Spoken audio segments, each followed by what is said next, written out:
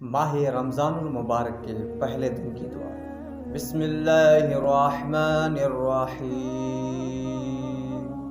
اللہم اجعل صیامی فیہ صیام الصائمین وقیامی فیہ قیام القائمین ونبہنی فیہ عن نومة الغافلین وحبلی جرمی فیہ یا الہ العالمین واعف عنی یا آفیا عن المجرمین، صدق اللہ العلی العظیم۔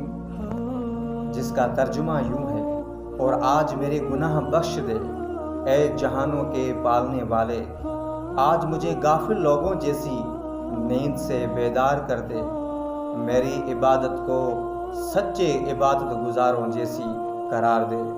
اے معبود، میرا آج کا روزہ حقیقی روزے داروں جیسا قرار دے، اور مجھ سے درگزر کر اے گنہگاروں سے درگزر کرنے والے۔